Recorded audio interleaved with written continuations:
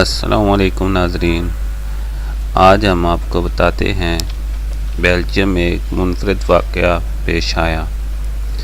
Belgium میں e cigarette کی دکان کے مالک کے ساتھ حقیقت میں ڈکیتی کا ایسا واقعہ پیش آیا جس نے سب کو ہنسنے پر مجبور کر دیا۔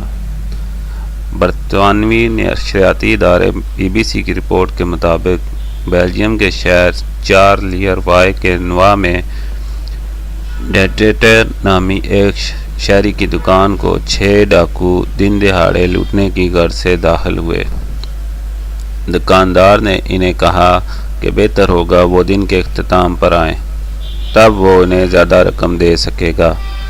دلچسپ بات یہ کہ ڈاکو اس وقت یہ بات مان کر چلے گئے، مگر شام کو جب وہ رقم لینے کے لیے واپس آئے تو پولیس ان کی منتظر تھی۔